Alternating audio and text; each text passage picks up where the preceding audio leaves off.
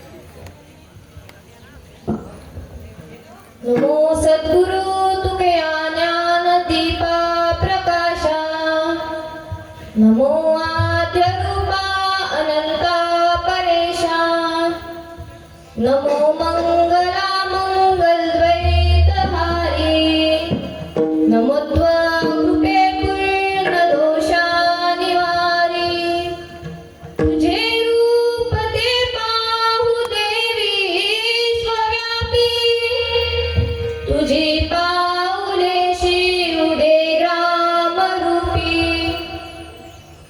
तुझे ज्ञान सर्वांतरी संचरू दे तुझा सत्यानंद लोकी भरू दे खरे नाम निष्काम ही ग्राम सेवा घडू सर्व भावे करू स्वर्ग गावा कळो हे वळो दे हकारी पडू दे घडू दे प्रभू वडेची घडू दे प्रभू वडेची घडू दे विठ्ठला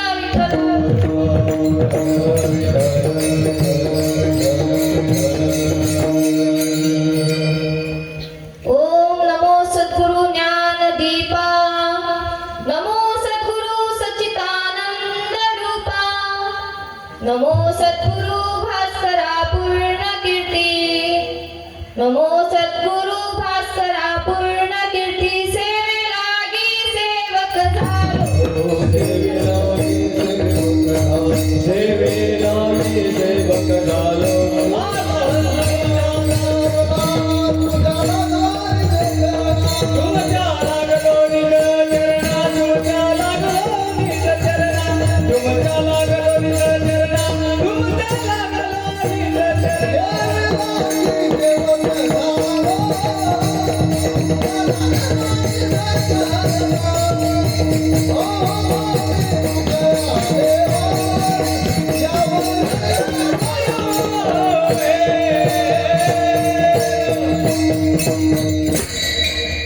जयांचे केलिया स्मरण होय सकळ विद्येचे अधिकरण तेची बंधू श्री चरण श्री सद्गुरूचे ते नमस्कारून आता विठ्ठला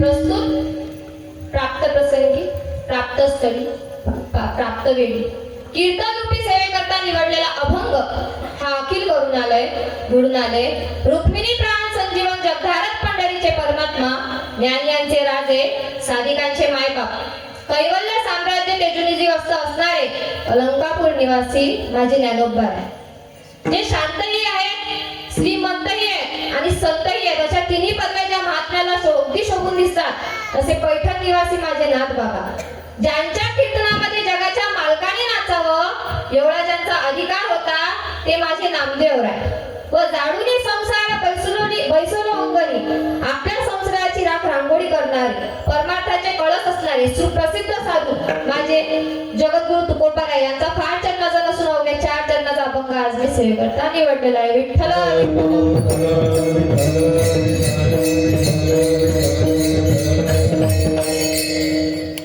अभंगाकडे ओढण्यापूर्वी अल्पसा पर्याय द्यायचा तो म्हणजे असा जगत चालक अनंत कोटी ब्रह्मांड नायक महाराजाधिराज योगीराज परब्रह्म सच्चिदानंद भक्त प्रतिपालक शेगाव निवासी समर्थ सद्गुरू श्री गजानन महाराज यांच्या कृपेने हा एवढा मोठा सप्ताह आयोजित केलाय सर्व गावकरी मंडळींनी.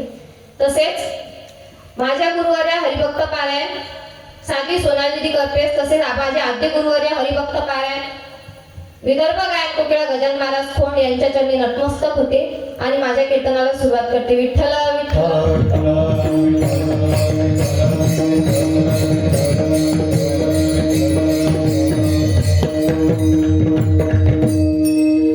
तसेच आपण ज्यांच्या अमृततुल्य वाणीतून भागवत कथा श्रवण करतात असे असणारे हरिभक्त पारायण भानुदास महाराज सखाराम पुरकर, तसेच मला गायनाची उत्तम साथ असणारे हरिभक्त पारायण नरेश महाराज जवंजाळ, तसेच हरिभक्त पारायण मंगेश महाराज जवंजाळ व मृदुंगाची उत्तम असे साथ देणारे हरिभक्त पारायण सोपान महाराज जवंजाळ, तसेच सर्व ताळकरी वृंद, तसेच सर्व गावकरी व छोट्या छोट्या मुलं मुली उभे आहेत त्यांच्यासाठी जोरदार टाळ्या होत्या. तसेच मला ज्यांच्याकडून आज इथं कीर्तन करण्याचा योग आला असे आमचे वडिलांचे मित्र उमेश दादा इंगळे आणि तसेच बिहाडे काका त्यांच्याकडून मला आज इथं कीर्तन करण्याची संधी मिळाली, त्यांचे मनपूर्वक धन्यवाद. तसेच सर्व गंडावाळे, टिक्केवाले, फेट्यावाले, पदरा आहेत ना, आहेत का? घ्या नसतील का? पदरावाले सर्वांच्या चरणी नतमस्तक होते आणि माझ्या कीर्तनाला सुरुवात करते. विठ्ठल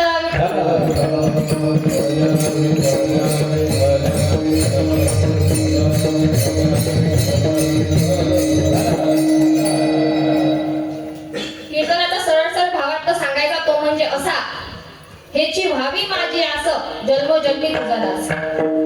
तुकोबाराय देवाकडे मागतात, तुकोबाराय मागत नाही तर देव त्रासतोय तुकोबारायांना द्यायला की तुकोबाराय मला काहीतरी मागा. आणि आपल्याला म्हणतो का देव मागा मला काहीतरी? आपण घराने घेऊन जातो देवाजवळ जातो ना, आज गेलं की उद्या देव हात लावून बसते, आला दुसरं काहीतरी मागायला म्हणते. देव म्हणते की बोलत जा, म्हणते की नाही? म्हणते ना. तुकोबारायला देव स्वतः त्रासतात की तुकोबाराय मला काहीतरी मागा, तुम्ही माझ्याकडे काहीतरी मागणी करा. तर तुकोबारायांनी स्वतःसाठी काही न मागता तुकोबारायांनी देवाकडे ही मागणी केली की ह्याची व्हावी माझी आस. आस म्हणजे अपेक्षा. ही माझी आस आहे, माझी अपेक्षा आहे की जन्मोजन्मी मी तुमचा दास राहावं. हे तुकोबारायांनी मागणी केली. आता तुम्हाला जर मागणी करायची म्हटलं तर तुम्ही काय मागसाल?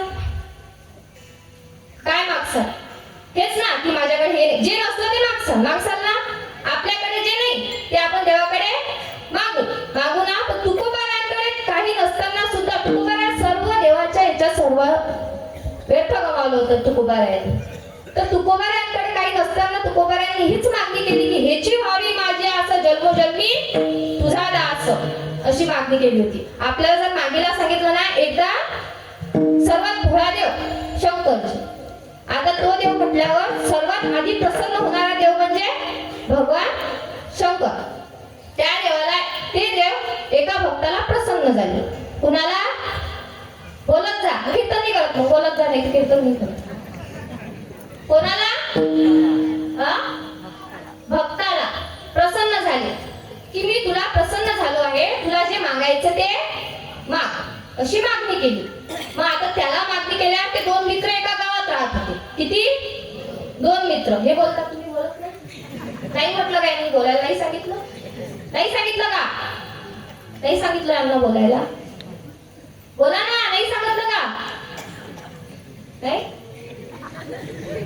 तुम्हीच बोला, त्यांना बोलायची इच्छा नाही. विठ्ठल विठ्ठल.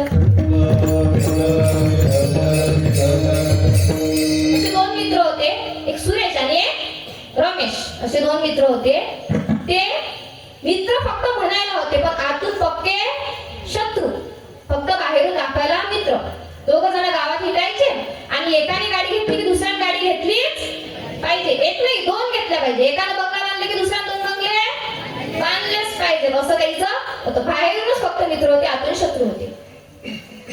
मग एक त्यांचा मित्र जो सुरेश होता तो काही दिसेना. रमेशला तो गावात दिसला नाही आणि पूर्ण गाव उलट पाडलं पण तो काही दिसला नाही. आणि आखरी शंकरीच्या मंदिरात जाऊन पाहिलं की हा आहे का, तो तिथं भजन करत होता. हे भोळ्या शंकर असं चालू त्याचं. यानं ऐकलं ते. मग त्याला वाटलं देव याला आता भक्ती करून प्रसन्न होते आणि हा काही ना काही मागून घे. मग आपण काय करा, आता याची सवय होती, यानं काय घेतलं की त्यानं घेतलंच पाहिजे. मग त्याची सवय असताना तोही भक्ती करू लागला, तोही म्हणू लागला हे भोळ्या शंकरा. तो त्याचं भजन हे याचं भजन, असे दोघांचे दोन वेगळे. शंकरजी भोळा देव, आता शिव भोळा चक्रवर्ती. शिव भोळा चक्रवर्ती, भोळा देव त्याच्यावरच नाव पडलाय. सर्वात आधी प्रसन्न होणारा देव म्हणजे भगवान शंकर. झाले प्रसन्न. मग एकाला म्हणतात मी तुझ्या प्रसन्न आहे, तुला जे पाहिजे ते माग, असं म्हटलं. याने मागितलं देवाला. काय मागणी केली असेल तुमच्या अंदाज? आता तुमच्या घरी तुम्हाला जर पैशाची कमी आहे, तुम्ही काय मागसा? पैसे. काय मागसा? पैसे. कोणाला पाळणे, कोणी काय मागेल? बाळ. असंच मागतो ना आपण. मग त्यानं मागणी केली किंवा मला एक बंगला 50 एकरावर, एक बंगला 50 एकरावर, एक बायको. हा, आता बायका भेटतच नाही. भेटून राहिल्या तुमच्या काळात भेटल्या का? आहेत का तसेच? भेटतच नाही ना, खूप काळ जरा. तर त्यांनी देवालाच मागितलं. असं देव प्रसन्न नव्हते. देवाजवळ जाऊन बसा तुम्ही दिवसभर, शंकरजीच्या मंदिरात जाऊन बसा, ज्याने बायका पाहिजेत ते. खरंच बसा. नाही खरंच ना, खोटं नाही, हास्याची मजाक नाही. तुमच्याकडे भेटतात का? भेटून राहिला असतील ना, हसा, आपलं काही बंधन नाही. तर भेटत नसतील तर तुम्ही फक्त शंकरजीच्या मंदिरात जाऊन बसा, सगळे लवकर प्रसन्न होणारा देव. मग ते गेले. एका बायको मागितली, घर मागितलं, 50 एकर घर मागितलं. आणखी एका समोर त्याने काय मागितलं? एक कान वळून पडला पाहिजे, एक हात वळून पडला पाहिजे, एक पाय वळून पडला पाहिजे, असं त्याने मागितलं. मग आता दुसराही होता. दुसऱ्याला समजलं गेला देव प्रसन्न झाले. मग यानं मागावं तर काय मागावं, याची इच्छा मागावं की नाही? हा म्हणते त्याने दिलं, त्याच्या दुप्पट बोलले. समजलं काय? समजलं? म्हणलं नाही काय मग तुम्ही. तर त्याने म्हटलं की याला जे दिलंय त्याच्या दुप्पट मला द्या. मग दिलं देवानं दुप्पट. आता एक पाय गेलता, एक हात गेलता, एक कान गेलता, याचं काय राहिलं? त्याने बायको भेटीन काय मागितली तरी चांगली भेटून देत राहिली. आता त्याला भेटीन काय नाही. मग मागणी करतानाही विचारपूर्वक मागणी करावी. मागणी करताना विचारपूर्वक मागणी करावी. याचंही डोकं पाहिजे माणसाला. तुकोबारायांनी मागणी केली की ह्याची व्हावी माझी असं जन्मोजन्मी तुझा दास, मला जन्मोजन्मी तुझाच दास कर. आपल्याला जर मागणी करायचं म्हटलं तरी असं होते. एक अतिशहाणा होता, त्याने मागणी केली होती. देवाला मागणी केली, देव प्रसन्न झाले. हा का म्हणतो देवाला, मला आज नका भेटू, मला उद्या भेट जा. देवाला म्हणतो तो, मला आज भेटू नका, उद्या भेट जा. देव म्हणाल ठीक आहे. आता भक्ती केल्यानं देव आपला ऐकतो.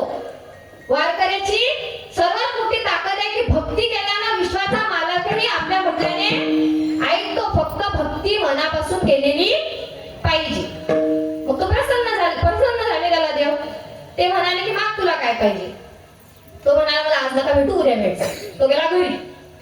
घरी गेल्यानंतर त्याच्या वडिलांना विचारते, मला शंकरजी प्रसन्न झाले, काय मागू?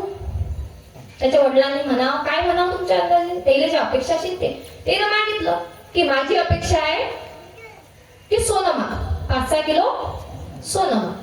तो म्हणाला ठीक आहे. आईला विचारलं, आई देव मला प्रसन्न झाले, काय मागूत ग?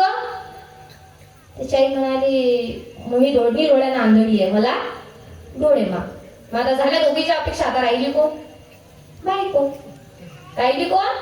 बायको. बायकोला विचारलं की का ग देव मला प्रसन्न झाले, काय मागू? तर तिनं सांगितलं, आपल्याला लग्नाला 2-3 वर्ष झाले, आपल्याला बाळ नाही हे सांगायची गरज आहे का? तुम्ही बाळ सांगा.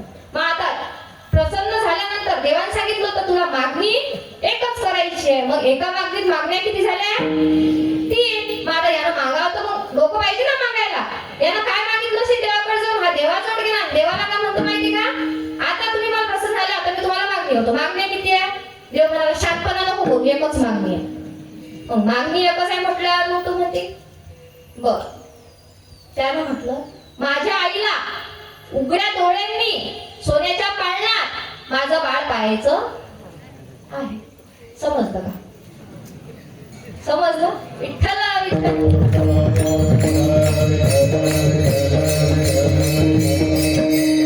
म्हणजे मागण्यासाठीही लोक पाहिजे. त्यांच्यासारखं त्यांचंही भलं नाही आणि दुसऱ्याचंही भलं नाही असं करू नका. हेची व्हावी माझी असं जन्मोजन्मी तुझा दास पंढरीचा वारकरी वारी चुकून दे हरी. तुकोबाने म्हणतात पंढरीचा वारकरी वारी चुकू न दे हरी. म्हणजे वारी एखाद्या कीर्तनकाराला जर वारी प्रसंगात कीर्तन आलं ना तर त्याने करू नये. कितीही दक्षिणा दिली कितीही काही दिलं तर त्याने ते कीर्तन करू नाही. असं तुकोबारायांचं म्हणणं होतं किंवा मला कितीही दक्षिणा दिली कितीही काय केलं तरी मी कीर्तन करणार नाही, वारी प्रसंगात कीर्तन करणार नाही. ह्याची व्हावी माझी असं जन्मोजन्मी तुझा दास पंढरीचा वारकरी वारी चुकू नये. कोणतीच वारी चुकता कामा नाही. संत संग सर्व काळ अखंड प्रेमाचा कल्लोळ. संत संग सर्व काळ म्हणजे प्रत्येक वेळेला मला संतांची संगत जोडू दे. आपली संगत खास करून मुलं मुली आपली संगत हसले बरोबर आहे. हसले म्हणजे चांगलीच आहे. आपली संगत तुकोबाराय म्हणतात संतांची संगत मला घडू दे. संत संग सर्व काळ अखंड प्रेमाचा कल्लोळ. त्यांच्यासोबत राहिलं की दुःख जाणवत नाही. अखंड प्रेमाचाच कल्लोळ असतो. आणि शेवटची मागणी म्हणजे हे करता चंद्रभागे स्थान तुका मागे हेची दान. तुकोबाराय म्हणतात चंद्रभागेत माझं स्थान घडू दे.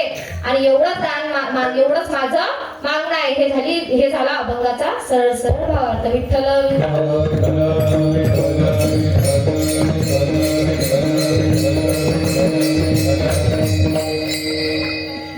तर आता आपण महाराष्ट्रामध्ये राहतो. महाराष्ट्राची जर मांदियाळी पाहायला गेलो तर महाराष्ट्रामध्ये प्रत्येक संतांचं चरित्र आपल्याला वेगळं पाहायला भेटते ना. आपण खूप भाग्यवान लोक आहोत की आपल्या इथं गजानन महाराजचं अधिष्ठान आहे ना. आपण खूप भाग्यवान लोक आहेत. आता मी सांगू का, मी ज्या संस्थेत शिकायला होते त्या संस्थेत मी शिकायला होते तुम्हाला खोटं वाटेल खोटं नाही आहे, मी बीड जिल्ह्यात गेवराई तालुक्यात चकलंबा गाव येथे शिकायला होते. तर तिथं माहिती का हे म्हणजे तुम्ही असं मनावर काढून नका टाकू. खरी एक गोष्ट आहे की बा आपण खूप भाग्यवान लोक आहेत की आपण संतांच्या याच्यात राहायला हवं. आपल्याला गजानन महाराजचं पूर्ण चरित्र माहिती. तिकडे गजानन महाराज म्हटलं की ते ओळखत नाही. संत श्री गजानन महाराज म्हटलं म्हणजे ओळखत नाही. जालना संपला की तिकडे गजानन महाराजचं अधिष्ठान नाही. आपण फार भाग्य. माझ्या गुरुवर्या माझ्या गुरुवर्या आता मी समजा इकडल्या भागातली असल्यामुळे मला माहिती आहे, गुरुवर्यांना माहिती आहे. आता त्यांचं फिरस्ती असताना माहिती आहे. पण त्यापैकी संस्थेपैकी बऱ्याच म्हणजे कोणालाच माहिती नव्हतं की श्री संत गजानन महाराज कोण. आपल्याला पूर्ण त्याचं चरित्र आपण दरवर्षी वाचतो. आपल्याला सर्व चरित्र माहिती आहे. आपण भाग्यवान लोक.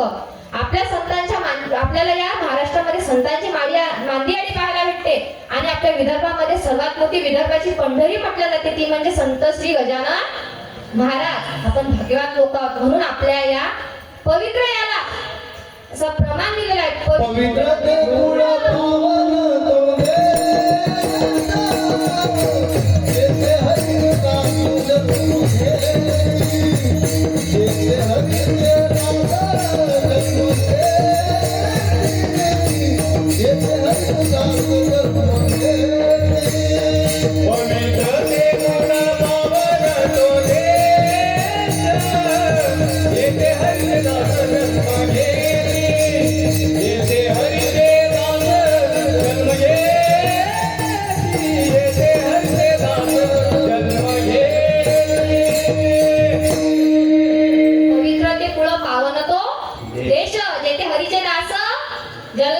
कर्मधर्म त्यांचा झाला नारायण.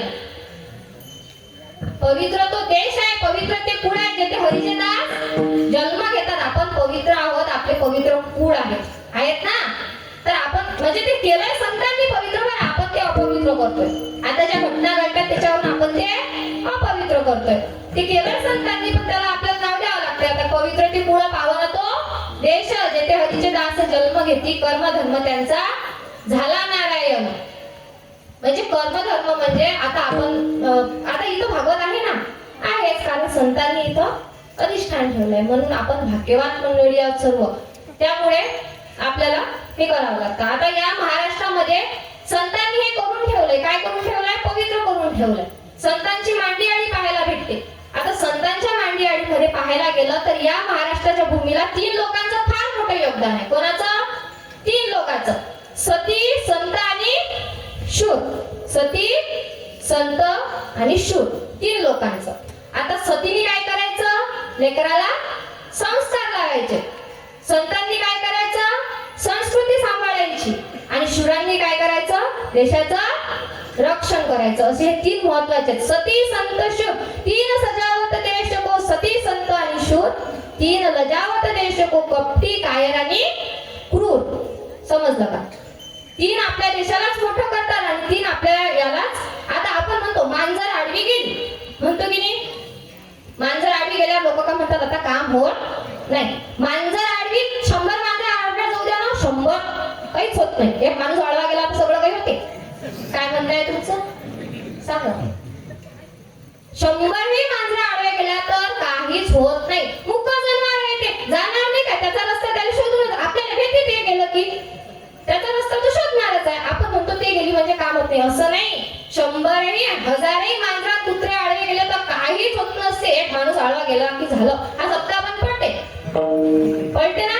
एक माणूस आडवा जायला पाहिजे, पळतेच. तर त्यावर संस्कार लावायला पाहिजे. सती संत आणि शूर, कपटी काय आणि कुणी. कपटी कायचं झालं का? जे असतील त्याला लागेल, आपण कोणाला काही म्हटलं नाही. हा, तर आता सतीने संस्कार लावायचे. आता जन्म झाल्याबरोबर लेकराचा पहिला गुरु कोण असते? बोला ना. आई. कोण असते? आईने काय करायचं? लेकराला संस्कार लावायचे. कसे लावायचे? छत्रपती शिवाजी महाराजांसारखे. कसे लावायचे? छत्रपती शिवाजी महाराजांचे संस्कार म्हटल्यानंतर आपण सर्वात आधी आपल्याला जिजामातेचं चित्र समोर येते ना. माझ्या जिजाऊची पुण्याई कशी आली हो फळाला. माझ्या जिजाऊची पुण्याई कशी आली हो फळाला. तो काका, तो काका, तो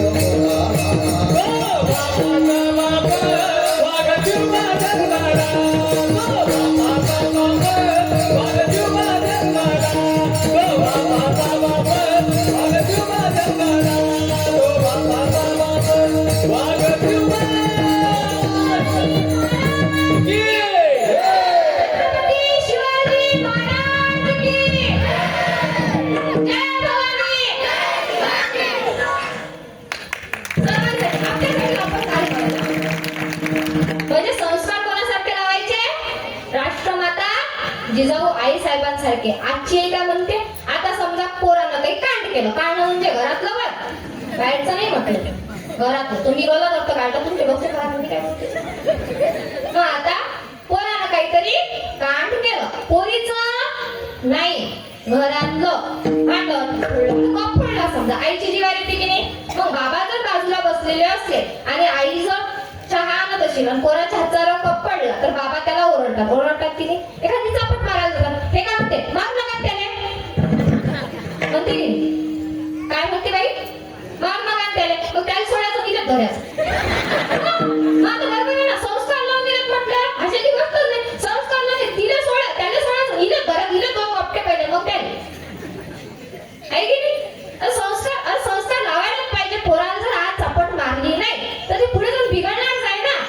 बिघडणार नाही की नाही? हो की नाही? मानाचा हलवा, हो नाही म्हणत तर मानाचा हलवा बिघडणारच आहे ते. आज जर पोरानं पेन्सिलची वर्गातून चोरी केली तर दुसऱ्या दिवशी तो डाकूच बनेल ना. मग आज त्याला पेन्सिलची चोरी केली त्याला मारायला पाहिजे की नाही? कल्ला नाही, त्याला मारायला पाहिजे. तर तो मारते, बाबा मारतात तर तुम्ही आल्या बघा बघा त्या दोघा मोठा झाला मोठा झाल्यावर मारता. हा त्याची गोष्ट आहे. तो मोठा झाल्यावर मारसान काय? आता बापा एवढा जर का पोरगा झाला तर त्याने मारल्यावर तो बापा हात उचलणार नाही काय? उचलीनच. त्याला लहानपणापासून वळण लावल्याशिवाय जमते काय? पुरुष म्हटलं जमते काय? थांबा, जमते काय? नाही, आवाज येत आहे ते तुमचा नाही यायचा आहे की तुमच्यापेक्षाही. ते मारल्याशिवाय जमते काय? नाही. थांबा ना रे, मारल्याशिवाय जमते काय? नाही जमत. मग त्याच्यासाठी हे आईला संस्कार लावायला पाहिजे आणि संस्कार लावू द्यायलाच पाहिजे. तुम्ही आल्या ना काय तुम्ही मारत जा ना, तुम्ही हातून त्याचा त्याचं काही ना बाबाचं नाव बदला काय बाबाला मारलं तो राहून तुमच्याच जोडते. तो तर आईचा लाडका असते, पोरगा असते ना. म्हणून तर म्हणतात ना मायेचा सागर म्हणतात ना. आईला काय म्हणतात? आई माझी मायेचा सागर म्हणतात. त्याला कोण म्हणतात? तर माया असते ना, सागर असते मायाचा. काही नाही. बाबाचं कसं असते, किती काही प्रेम असलं तर बाबा दाखवत नाही, किती काही मारते तरी बाबा दाखवत नाही. विठ्ठल विठ्ठल.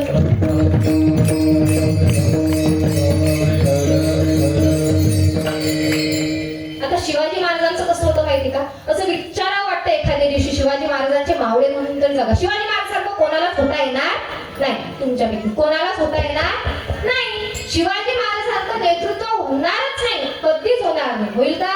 नाही. मग त्यांचे मावळे व्हायचा तर प्रयत्न करा, निदान मावळे व्हायचं. आता शिवाजी महाराज, छत्रपती शिवाजी महाराजांना असं वाटतं की म्हणावं, विचारावं, काळजातून अंतःकरणातून म्हणावं की महाराज कशी पकडली तुम्ही एवढी मोठी बलाढ्य घालून तलवार? विचारा वाटते ना.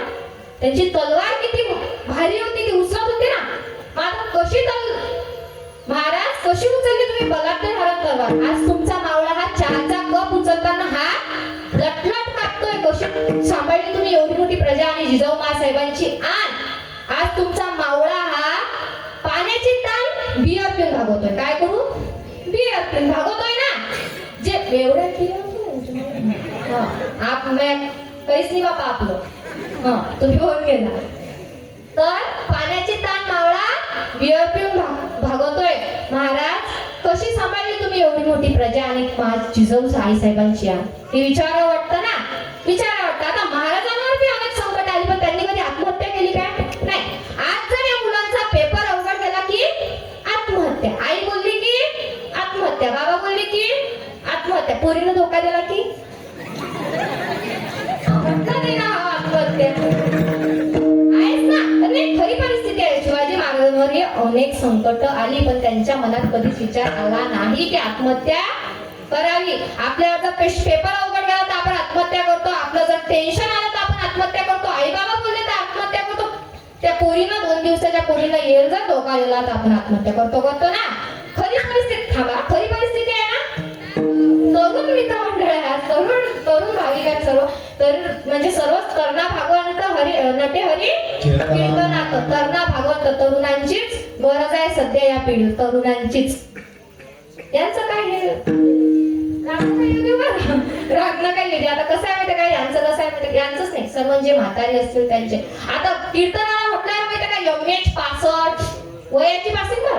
MH 60, MH 65, MH 70 असेच असतात. आज तरुण आहे. तरणा भागवंत नटेहरी कीर्तनात यांच्याच वरची पुढची पिढी अवलंबून आहे. यांच्याच वरची पुढचं भविष्य अवलंबून आहे. विठ्ठल विठ्ठल.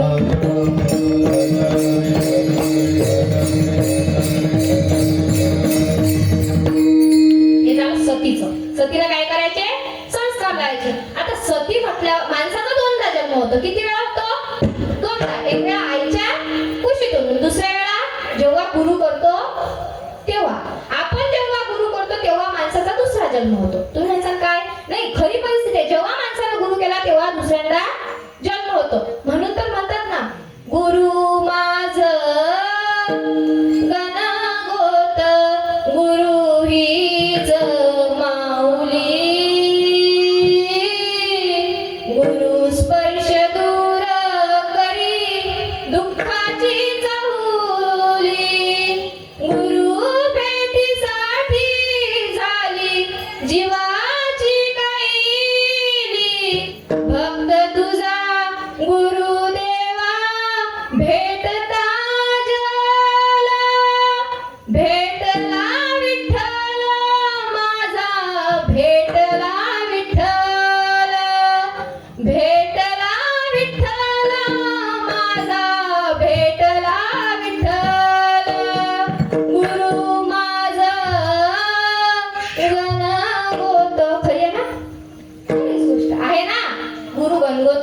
गुरु सर्व काही गुरु आहे.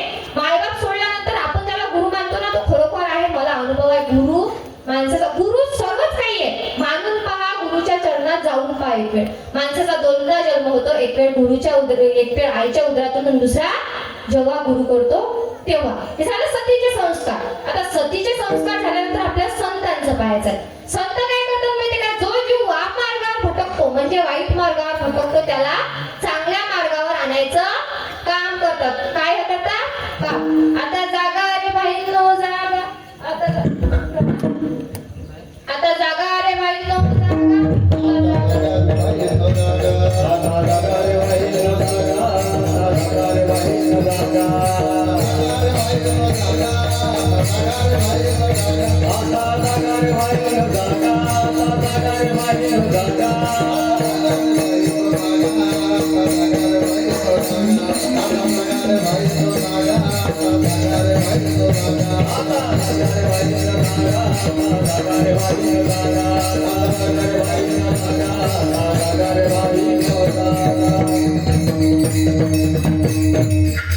हे कोण म्हणतात? संत म्हणतात. जो जीव वाईट मार्गावर भटकतो त्यांना चांगल्या मार्गावर आणण्याचं काम संत करतात. ते संस्कृती सांभाळतात. आता संस्कृती सांभाळली नाही तर संतान चांगली जन्माला येईल काय? नाही. आता जर उदाहरणार्थ एखाद्या बाईला जर दिवस असले आणि ती बाई कीर्तनात बसलेली असली, त्या लेकरावर संस्कार नाही पडतात? कीर्तन असले. आज जर तुम्ही गौतमी पाटीलचा कार्यक्रम ठेवला कदाचित ठेवसान नाही पण ठेवला, अपेक्षा करतो ठेवसान नाही, ते ठेवले पाहिजे पण त्याचं व्यासपीठ हे व्यासपीठ वेगवेगळं असते बरं. तर तुम्ही जर ठेवला ते बाई जर तिथं पाहायला आली, त्या लेकरावर संस्कार काय पडते? ती पुढे जाऊन दारू पिल्याशिवाय राहील काय? नाही राहणार. तर ते संतांनी काय केली? संस्कृती सांभाळली. म्हणून आपण आज हा सप्ताह करतोय. त्यांच्या संस्कार काय पडतील? हेच पडतील. म्हणून संत हे झालं दुसरं संतांचं. आणि तिसरं म्हणजे शूर म्हणजेच आर्मीवाले, मिलिटरीवाले, सरळ भाषेत. आता त्यांचं काय काम आहे? देशाचं संरक्षण करायचं. आज ते जर देशाच्या याच्यावर नसते, सीमेवर नसते, तर आज आपण इथं कीर्तन ऐकू शकलो असतो काय? नाही. ऐकू शकलो असतो काय? नाही. म्हणूनच त्यांना फार मोठं योगदान या महाराष्ट्राला त्यांचं आहे. एक म्हणजे सतीचं, दुसरं म्हणजे संतांचं, तिसरं म्हणजे शूरवीरांचं. आता शूरवीर जर सीमेवर नसते तर इथं आपण बसूच शकलो नसतो. त्यांनाही बहीण आहे, त्यांनाही आई आहे, त्यांनाही मुलगी आहे, त्यांनाही पत्नी आहे. ते सर्व सोडून ते सीमेवर आहेत. आता या मुलींपैकी तुम्हाला विचारतो बरं, तुम्ही सर्व शांत बसा, तुम्हाला विचारतो. आता आपले बाबा जर तेल्हाऱ्याला गेले, रात्रीचे 10 वाजले, आपण काय म्हणतो? आई बाबा अजून घरी आले नाहीत, त्यांना फोन करून का म्हणतो ना? म्हणतो काय? तर आपल्याला काळजी वाटते की बाबा आले नाही, 10 वाजले, बाबा आले नाही, बाबा 9 वाजताच येणार होते. मग आपण पटकन फोन उचलतो, त्यांना फोन करतो. मग आता तुम्ही त्यांना फोन करताना विचारता की हॅलो कुठपर्यंत तुम्ही आले ना घरी? विचारतो ना आपण. तर ते सांगतात मी इथपर्यंत एवढा टाइम लागते, सांगतात ना. मग आता जी सैनिकाची पत्नी असते, जी शूरवीरांची पत्नी असते, त्यांची मुलगी जर त्यांना विचारत असेल तर त्यांनी काय उत्तर द्यावं? त्यांना इकडून फोन करता येतं का? नाही. तिकडूनही जरी फोन आला तरी त्यांना आधी फोन उचलेपर्यंत ही भीती असते, फोन वाईट आहे की चांगला आहे? असते ना? असते की नाही? असते.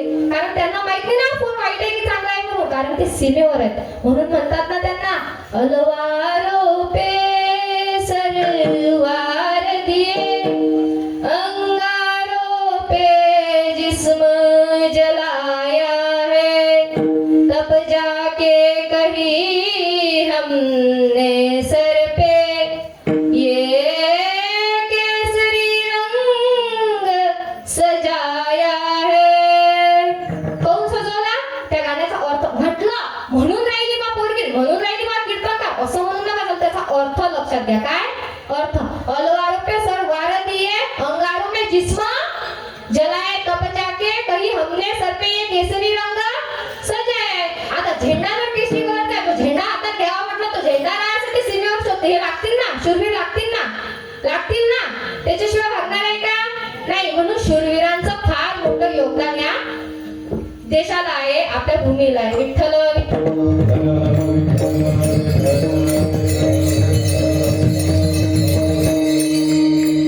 आता हे झालं सती, संत आणि शूराचं वर्णन. कपटी काय? खूप सरळ भाषेत, की मांजर जर आली गेली तर समजायचं नाही. किंवा हे आरडी गेली ऑप्शन मानायचंच नाही ना, मानायचंच नाही अजिबात. माणूस आडवा गेला तर म्हणा हा आडवा गेला, आता आपलं काम होत नाही असं म्हणत जा भले. आता एवढा मोठा सप्ताह चालू आहे, सर्व येऊन बसले आहेत, सर्वांनी देणगी दिली असं नाही. जे कार्यकर्ते आहेत त्यांना मिळते सर्व नाही, पण मग दिली का सर्वांनी इमानदारीने बाई शपथ घेऊन हातवर करा बरं, करा ना हातवर, की आम्ही बा देणगी दिली अशी हातवर करा बरं. कोणीच तर दिली का?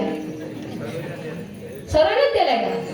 वा चांगली गोष्ट आहे, सर्वांनीच दिली. सर्वांना वर्गणी दिलाय ना तुम्ही.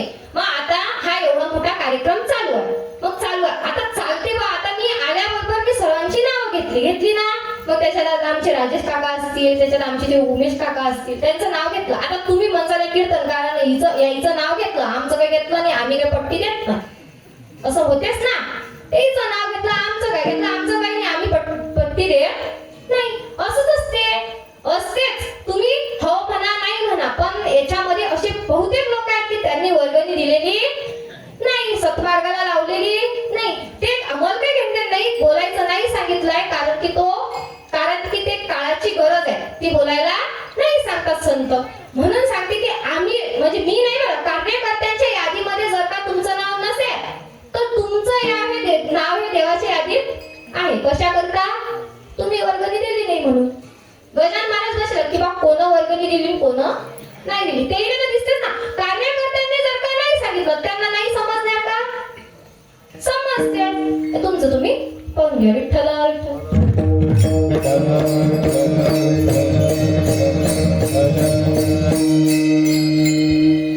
आपण तो आता संतांचा अधिकार हा प्रत्येक संतांचा अधिकार वेगळा आहे. ज्ञानोबायांचा अधिकार काय आहे? ज्ञानोबायांचा अधिकार ज्ञान. सर्व आपल्याला जर ज्ञानाची आवश्यकता असेल तर आपल्याला ज्ञानोबायांना शरण जावं लागेल. ज्ञानोबायांना काय म्हणतात? ज्ञानाचा सागर सखा माझा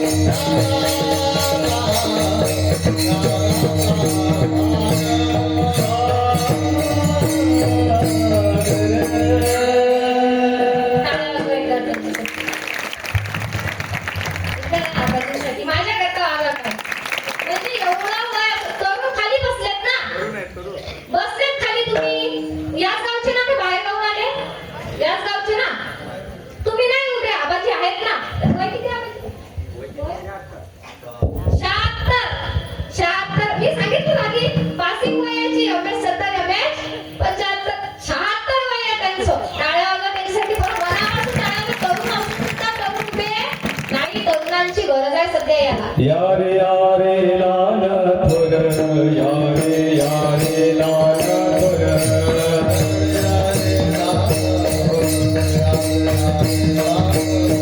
याती भल प्यारा रे नर याती भल प्यारा रे नर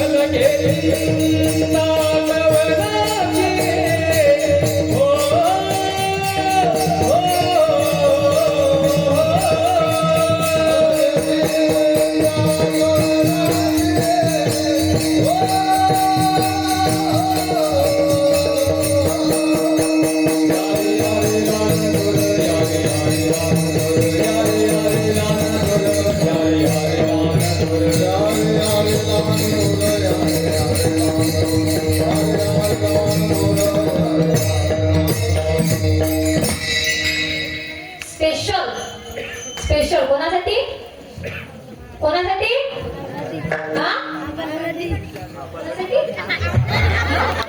स्पेशल कोणासाठी बोला ना तुम्हाला खरंच तुम्ही बंद करून आले हो का?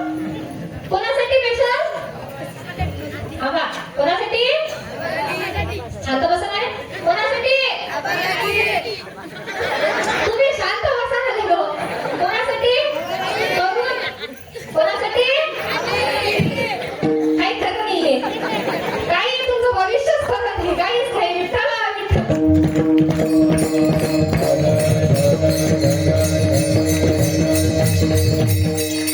स्पेशल तरुणांसाठी म्हटलं त्यांनी ते प्रमाण कोणासाठी आबासाठी म्हणायचं नाही अजिबात तरुणांसाठी कोणासाठी तरुणांसाठी म्हटलं त्यांनी बसेल ना उभं पाहिजे ना उभे पाहिजे ना बसेल काही फायदा नाही तुम्ही ऐकून राहिले तर त्याचा उपयोग काही नाही ना एकूण ऐकून निघून काहीच उपयोग नाही त्या गोष्टीचा आपल्याला उपस्थित आता आहात तुम्ही नाही तर काही काही गावात तरुण आहेत पण त्यांनी संन्यास घेतले काय तर लग्नच होईना घेतलेत का तुमच्या गावात घेतलं कोणी नाही आमचे बाबा एकरी संबंधात असतात आमच्या बाबाला एका दिवशी फोन आला काय आला बोला काय आला फोन आला असं बोलत जा कडक तरुण आहे तुम्ही आबाजी हा आता तुम्ही आबाजी तर बाबाला एका दिवशी फोन आला की बा संबंधाचं पा काय करा संबंधाचं पा कारण की आता कसं परिस्थिती वाईट आहे सांगायचं कामच नाही बरं असं तसं सर्व विचारली माहिती घेतली वावर विवाह होतं बरं होतं कामापुरतं वावर होतं चालणारी होतं मुलीला बाबा म्हणतात तुमची जन्मतारीख तिने जन्मतारीख अशी सांगितली की त्यांचं वय 42 होतं कोणाचं मुलाचं वय किती 42 म्हटलं बाबा सांगा ना ते 8 वर्षासाठी काय त्रास घेता म्हणा 8च वर्ष राहिली की नाही मग 8 वर्षासाठी त्रास घ्यायला पुरते काय नाही म्हणजे अशी वाईट परिस्थिती सध्याची आहे खरोखर आहे ना तुमच्या गावात घेतले का कोणी संन्यास घेऊ नका भेटीन कसं आहे माहिती का काळ वाईट आहे पुढे जाऊन भेटणारच आहे विठ्ठल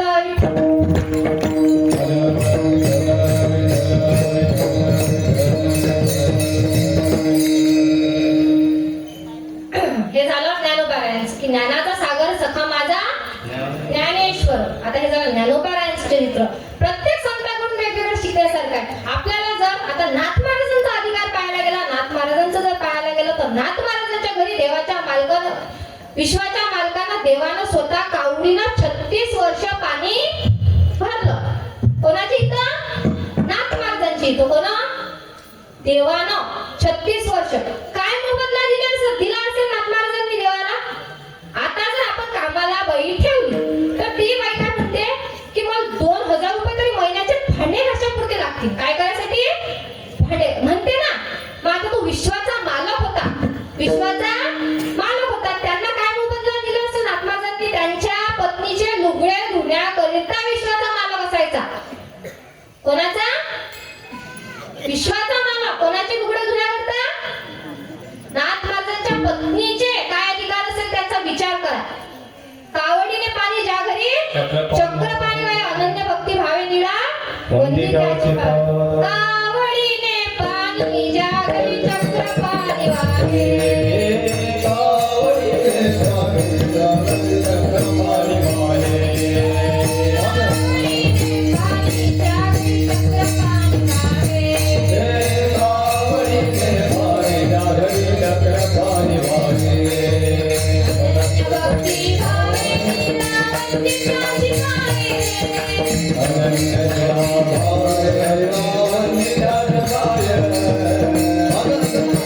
Hare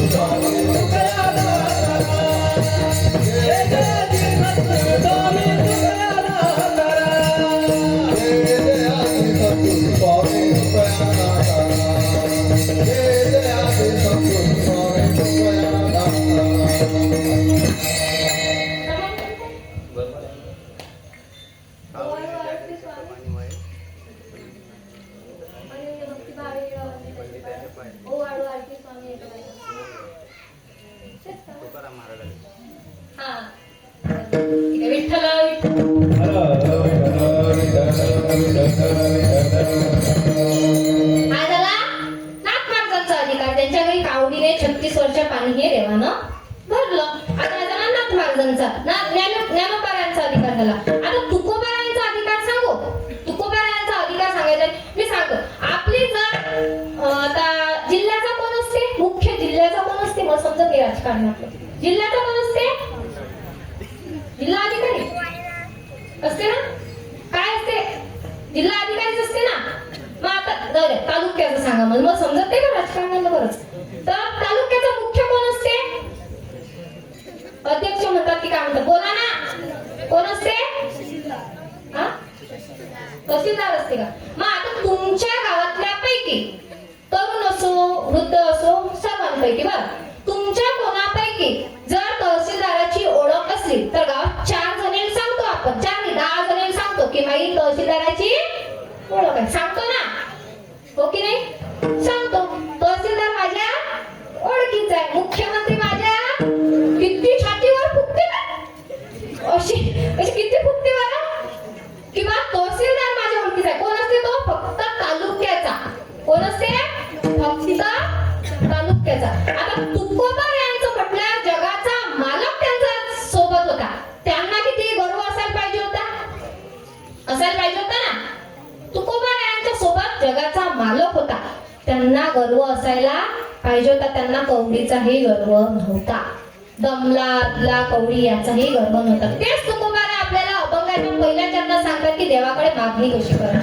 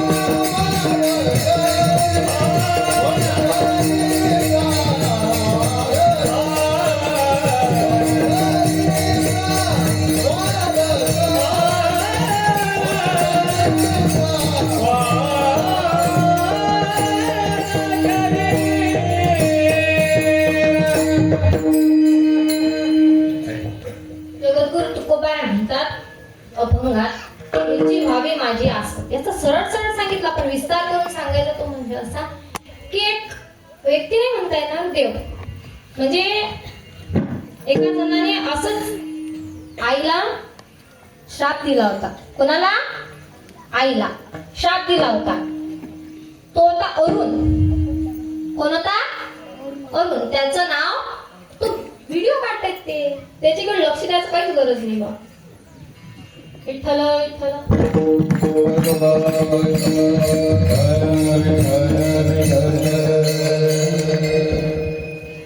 अरुण होता. अरुण हा कश्यप ऋषीचा मुलगा. अरुण आणि गरुड असे कश्यप ऋषीला 2 पुत्र होते. आता त्यांचा अधिकार सांगू तर कश्यप ऋषीला जे पुत्र होते 2, त्याच्यापैकी एक अरुण हा सूर्याचा सारथी अरुण म्हणून काकड्यात अरुणाचं नाव पहिले घेतलं जातं. काय म्हटलं जातं, उठा अरुणोदय, उठा अरुणोदय. प्रकाश झाला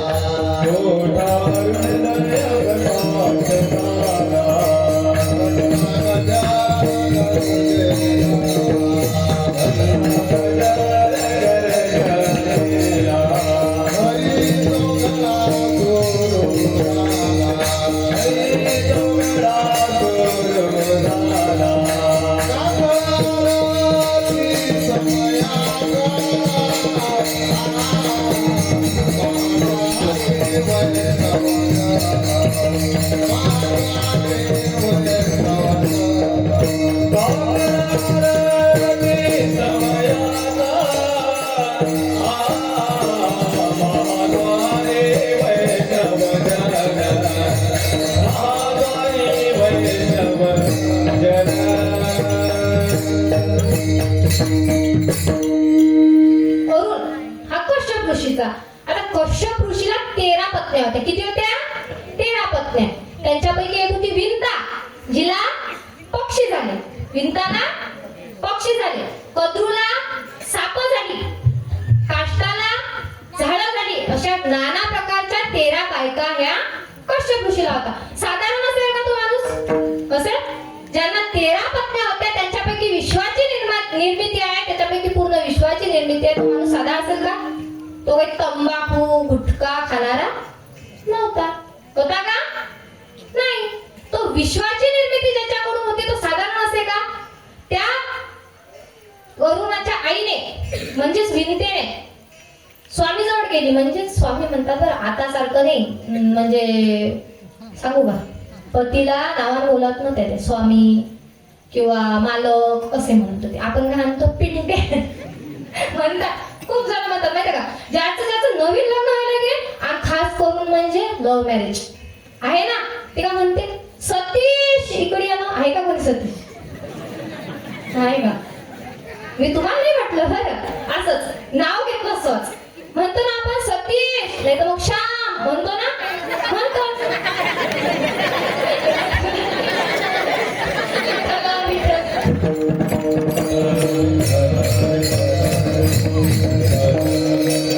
म्हणजे सांगायचं झालं बरं, आजकालच्या पत्न्या ह्या पतीचं नाव घेतात. नॉर्मल झालं हे, नॉर्मल झालंय. म्हणजे काही साधारण गोष्टी झाल्या हे आता काही कोणी मानत नाही. पण पहिले मालक म्हणायच्या, स्वामी म्हणायच्या ना, म्हणायच्या. तर त्यावेळेस ते म्हणतात, त्या विनता म्हणतात की मालक मला तुमच्याकडून एक काम आहे. तुमच्याकडे काम आहे. शरण गेल्या त्या आपल्या पतीला शरण गेल्या. आजकालच्या बाबा काय करू म्हणतात पण शरण नाही जात. काय म्हणताय? हा पिऊन येऊ द्या ना, पिऊन. हा खरंच आहे ते. आणि खरं सांगू का, पिऊन आल्यावर माहितीये का माणूस मारते. असेल कोणाचं असं नाही, सांगायचं झालं पिऊन आल्यावर माणूस घरी आल्यावर मारते. मारल्यावर सकाळी उठते. मला माहितच नाही तुला मारलं होतं. लक्षच नशील. दारू सुद्धा असते का माणसाला? असते ना, असते. तुम्हाला सांग का, ते राहिला प्रश्न ते समजत नाही याचा की नाही. रात्री जर पिऊन आले की नाही, त्याला आहे की नाही टोपलीत, हे वाक्य माझं नाही बरं, दुसऱ्याच आहे पण मी चोरलं नाही, की असं की त्या शेळीने की लेट्या ठेवायच्या कोणाच्या, बकरीच्या, कोकायच्या टोपल्या आणि त्याच्या पुढे नेऊन मांडायचं. खा मला बुंदी आहे. खातात काय? खातात काय? खाऊन हसले? खात नाहीत ना ते. सगळं समजते की ह्या लेट्यांना मारणं समजत नाही काय? समजते. घरचं पराक्रम नका करू बरं. माया घरी भांडणं सांगून नाही बघ तरी. किंवा त्याच्या पुढे नेऊन ठेवा, सहज नाही ठेवले. खातील काय? नाही ते म्हणते लेंड्यात ना, समजत नाही का मला. ते त्याच्या भाषेत म्हणते, मला एवढी भाषा येत नाही, ते डुरून डालून जमत नाही आपल्याला. ते त्याच्या भाषेत हे समजत नाही का मला. समजते. मग मारल्यावर तिथून मारायला नव्हतं पाहिजे. मला माहितच नाही, मग समजलंच नाही. कसं नाही समजलं तुला? लेंड्या मला समजतात, समजतात की समजतात. असं असते. कशावर होतो आपण? हा विंता. मग ती तिच्या पतीला शरण गेली. तो म्हणाली की बा मग तुमच्याकडे काम आहे. मग आता भिंता असल्यामुळे ती म्हणाली, म्हणजे ती पक्ष्यांची आई होती, तर ती म्हणाली स्वामी मला दाम्पत्य हवंय, म्हणजे फुलबाळ हवंय. मग आता ती पक्षीना असल्यामुळे तिला वरदान दिलं, ती म्हणजे अंड्याचं. काय दिलं? अंडे दिले. 2 अंडे दिले तिच्या पतीने. म्हणजे त्यांनी तपश्चर्या केलेला मालक होता. तो मालक काही साधारण नव्हता. कश्यप ऋषी साधारण नव्हता. मोठ्या मनोभावाने मोठ्या श्रद्धेने त्यांनी ती अंडी तिच्याकडे दिली. 2 अंडी होती. तर ते 2 अंडी त्यांनी सांगितलं की अल्पशा वेळेला ही फोडा. कसं त्याच्या पत्नीला सांगितलं. मग त्याचा आता आईचा भाव पटल्यावर आईचं कसं असते, म्हणजे आपल्या मराठी भाषेत सांगायचं झालं म्हणजे शिजे तल्लो का काय पण खाये तल्लो का नाही. कोणतं जास्त जास्त जास्त गेलं पाहिजे, अन्न जास्त गेलं पाहिजे. शिजेपर्यंत दाब आहे पण खायपर्यंत दाब तो काही ना मायपेक्षा शिल्लक. चटका लागला तरी चालते पण ते अन्न लय मोठं केलं पाहिजे असं असतं.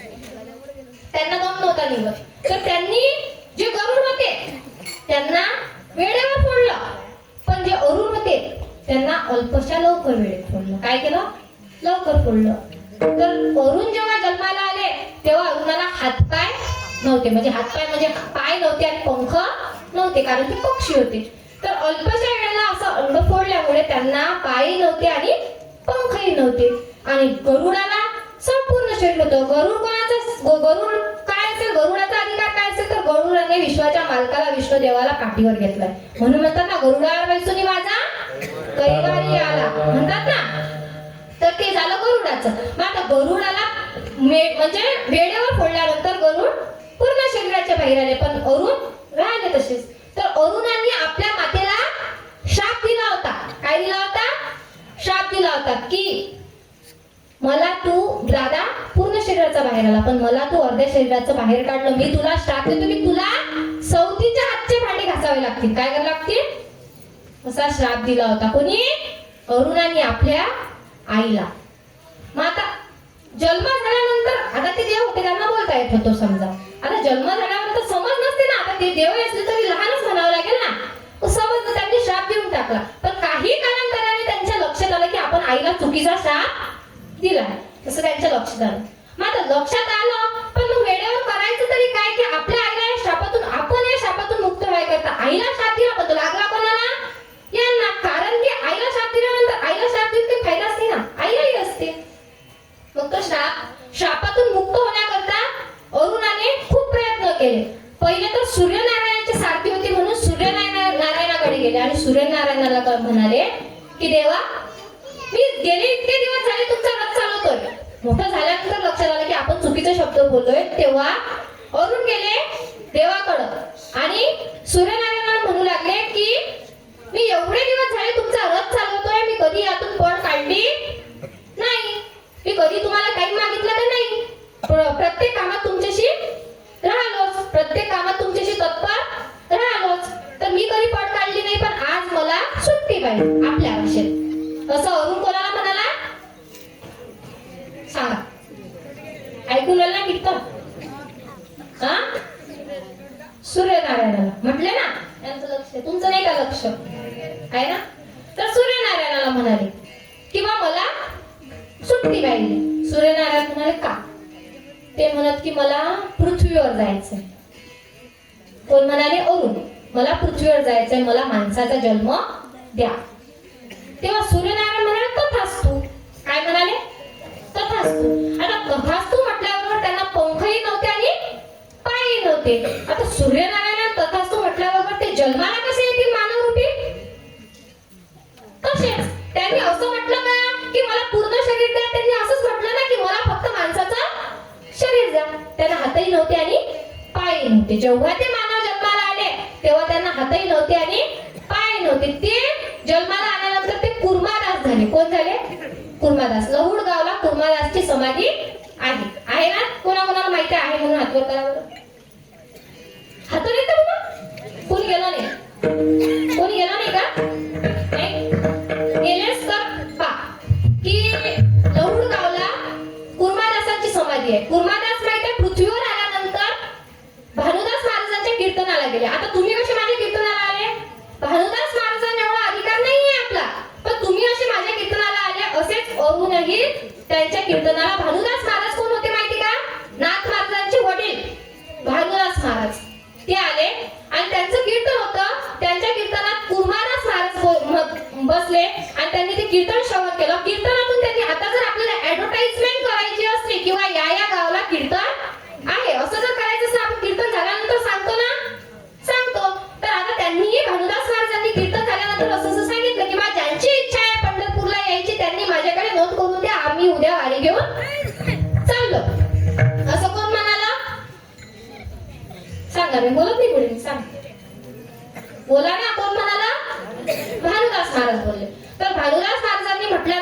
कुर्मादासांनी कीर्तन झाल्यानंतर लोटांगण घेत घेत भानुदास महाराजांकडे गेले आणि भानुदास महाराजांना काय म्हणाला, मलाही वारीला यायचंय. कशा करता, तर पाप मुक्ती करता असं ते म्हणले. मग त्यांना हातपाय नाही म्हटल्यावर आता त्यांना न्यायचं तरी कसं. तेव्हा गाडीत घोडे, वारी म्हटल्यावर पैदलच जावं लागणार आहे ना, पैदलच. मग पायी जावं लागणार आहे म्हटल्यावर कुर्मादास जेव्हा त्यांच्या जवळ आले तेव्हा म्हणाले, भानुदास महाराज म्हणाले की कुर्मादासा, तुला हातपाय नाही, तू कसा येशील पंढरपूरला. तेव्हा कुर्मादास म्हणाले, मी लोटांगण घेते. काय करत ये, लोटांगण घेते. ते म्हणाल, नको, तुला त्रास होईल, तुला खडे रगसतील, तू येऊ नको, तुला त्रास होईल. आपल्याला हातपाय असून आपण वारीला जात नाही, जातो का. खूप जण असे की हातपाय असून जाते, त्यांना हातपाय नसल्याने सुद्धा ते म्हणाले की मला वारीला जायचंय, मला तुमच्याच सोबत यायचंय. भानुदास महाराजांच्या पुढे खूप विनवणी केली त्यांनी. भानुदास महाराज म्हणाले, ठीक आहे, तुझी इच्छा आहे ना, चल. घरी गेले भानुदास महाराज. जेव्हा त्यांना मानव जन्म भेटला, त्या मानव जन्मात त्यांना एकच आई होती. वडील नव्हते, भाऊ नाही, बहीण नाही, कोणीच नाही, फक्त आई. मग आईला म्हटलं की आई, मला पंढरपूरला जायचंय असं आईला म्हटले. आता आईसाठी बाळ किती काही मोठं झालं तरी लहानच असते, बरं ते जाऊ द्या. त्यांना हात पाय नव्हते, त्यांचं सर्व काम कोण करत होतं, त्यांची आई करत होती, सर्वच. मग आता जेवण करणं असेल, बाहेर जाणं असेल, सर्वच.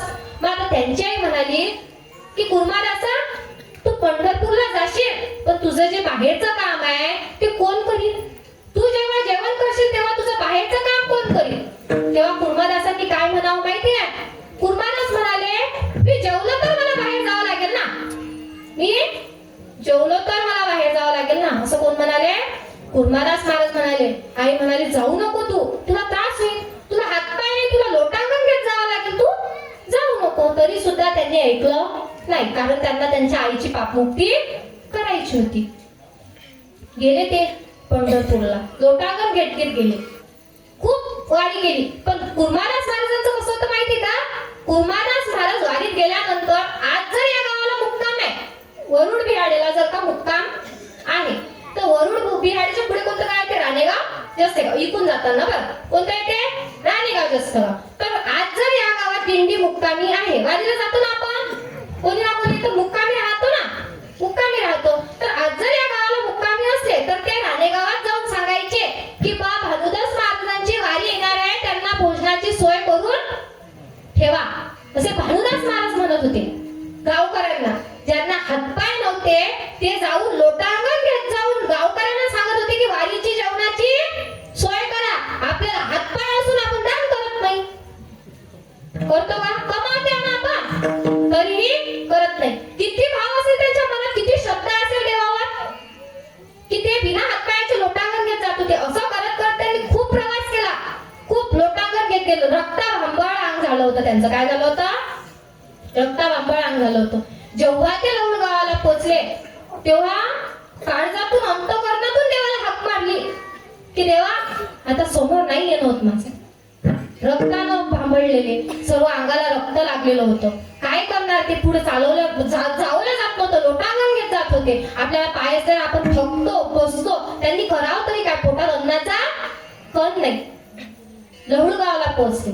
लहुडगावला पोहोचल्यानंतर भानुदास महाराज म्हणतात की काळे कुर्मादासा, समोर चालायचं नाही का, काळे कुर्मादासा, समोर चालायचं नाही का. तेव्हा कुर्मादास म्हणतात, बाबा, आता माझ्याच्यानं समोर येवल्या जा नाही, माझ्याच्यानं येणं जमणार नाही, तुम्हीच माझा पंढरीनाथाला निरोप द्या. त्यांची जर माझ्यावर थोडी सुद्धा मया असेल तर ते येतील. माझी खूप श्रद्धा आहे त्यांच्यावर, मला माझ्या आईचं पाप मुक्त करायचंय, मला फक्त त्यांना एक वेळ पाहायचंय, एवढं माझी इच्छा. फक्त जाऊन पंढरीनाथाला सांगा.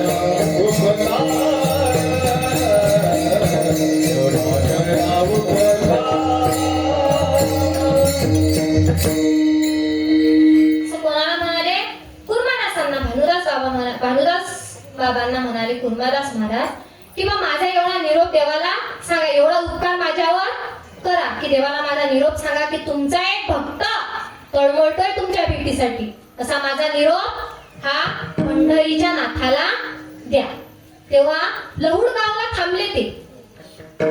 कोण कोण कोण कुर्मादास महाराज का? नाही, भानुदास महाराज. कुर्मादासच ना. कुर्मादास महाराज लहान लहान लेकरं एकट्यात म्हणलं नाही. तर कुर्मादास महाराज म्हणाले की मी इथंच थांबतो, तुम्ही जा आणि सांगा. मग देवाला गेल्यानंतर पंढरपूरला गेल्यानंतर देवाला भानुदास महाराज म्हणाले की देवा पहिला नमस्कार करतो तुम्हाला की मी आलोय, आणि दुसरा नमस्कार करतोय की तो कुर्मादास तुमची वाट बघतोय. कुठं? लहुड गावी. तेव्हा पंढरीचा पांडुरंग परमात्मा स्वतः विटेवरून उतरून कुर्मादासांच्या भेटीकरता लहुड गावाला गेले आणि तिथं देवाच्या मांडीवरती कुर्मादासांनी जीव सोडलाय. कुठं? लहुड गावला.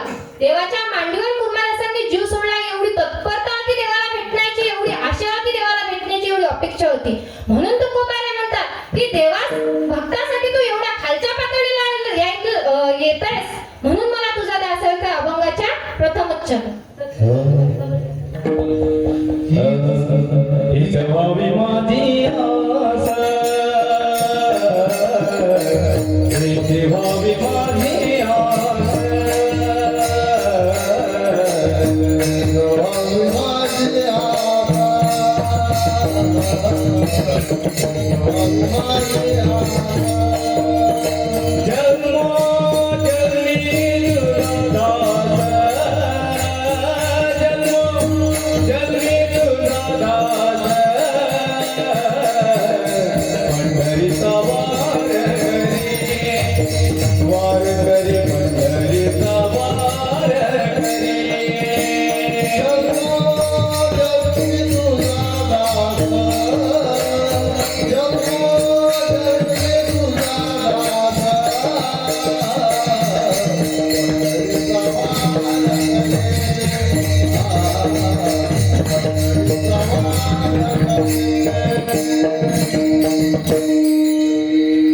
म्हणून तुकोबारे म्हणतात की मला देवाचं दास व्हायचं. कशा करता? तर देव एवढ्या याच्यावर खालच्या पातळीवर येतो कशा करता? भक्ता करता. तेवढी भक्ती असावी लागते ना. आता एक व्यक्ती होता, त्याने संतांना विचारलं की बा चोखोबारायांच्या पत्नीचं बाळंतपण देवाने काय केलं, का केलं? चोखोबारा होते ना, चोखोबारायांच्या पत्नीचं बाळंतपण हे विश्वाच्या मालकानं केलंय. कोण केलंय? विश्वाच्या मालकानं. मग एकाने विचारलं असं संतांना की का केलं बा?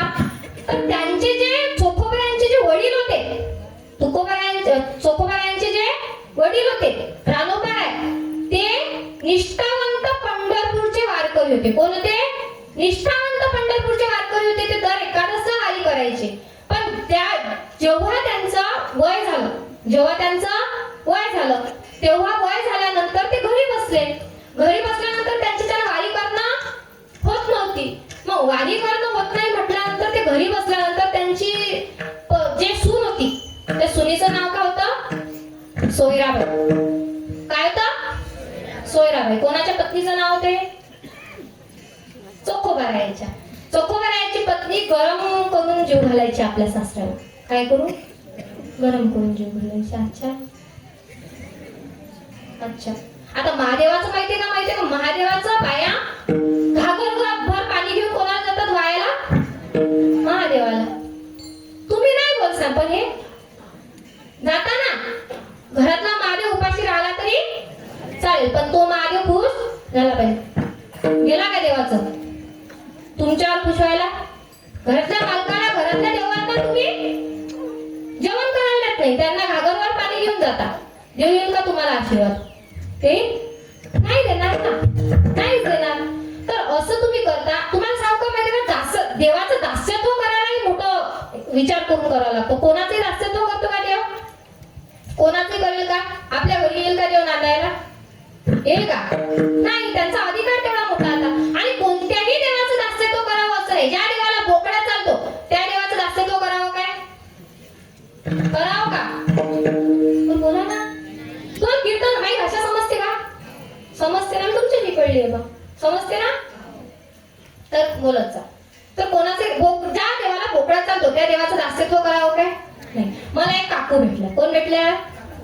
काकू तुम्ही खूपच हुशार आहे गड्या. टाळ्या पण काय स्वतःच टाळ्या वाजवते तुमचं जाऊन. नाही तर हुशार बोलतानीच फक्त त्यांच्या आधारावर कीर्तन. तर ज्या देवाला बोकडा चालतो तर मला एक काकू भेटलाय ना. काकूचं फार गोंडस बाळ होतं. काय होतं बाळ खूप गोंडस होतं ते दिसायला. बोरे बोरे केस होते, गोरं गोरं होतं, गारशे डोळे होते. लाल करा वाटते की त्या लेकराचा हा हा. तर मग ते लेकरू खूप छान होते दिसायला. त्या लेकराचं असं लाळ करा वाटते. म्हटलं काकू खूप छान लेकरू आहे तुमचं. हो म्हणे महाराज. एक बोकडा कापल्यावर झालं. फिरायला बोकड्या कापल्यावर झालं. म्हटलं काकू रागणी आहे ना, काय गोष्ट सांगू. त्या काकून सांगा ना महाराज. म्हटलं खरंच सांगू का. मग सांगा ना. तर तुमच्या मालकाला कोण नाही कापलं, तुम्ही पाच झाले असते.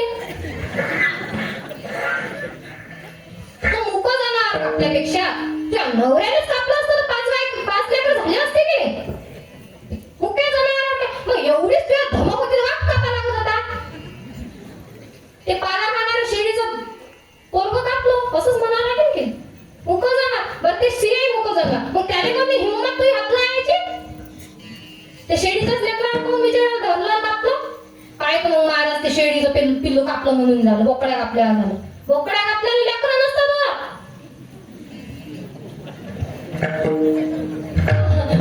कोण असला तरी काहीच म्हटलं बा. मी साठी गोष्ट सांगून राहील. ते काय आहे ना की काय ते एवढा गेला तर काय करणे लागेल. पण काय आहे ते नवसे होते. हा असंच काहीतरी. नवसे पुत्र होती तर कशाला करणे लागत ती पती. हा बरोबर आहे ना हे. माझं बोकड्या कापून जर लेकर झाली असते लोक खाली गेले असते बाई ना. नाही ना खरी गोष्ट आहे ना. हसीची गोष्ट नाही बा. काय तो मग बोकड्या कापल्यावर झाली कशी नाही. हा ना अटक तर दिसते. तुम्हाला सांगू का बोकड्या जर झाला तर बोकड्याचं खरं जर सांगायला गेलं की नाही. बोकडा जन्माला आल्यानंतर तिसऱ्या दिवशी त्या बोकड्याच्या अंगात काम निर्माण होतं. बोकड्याच्या अंगात तिसऱ्या दिवशी काम देत. तो तिसऱ्या दिवशी पहिलीला काही समजत नाही. मग तो बोकडा आपल्या लेकर होतात काय. हा तो बोकडा कापल्यावर तुम्ही म्हणता लेकर होता. पण त्या बोकड्याला अक्कल नसते ना. तो बोकडा कापल्यावर लेकर होतील का काय. काय तो कशी वाहनाने वाटत कशी मनातून अशी तळमळली आहेत का माणसाला. हा नाही व्यक्तीच्या कानाखाली चांगली कशी मॅट बाई आहे किंवा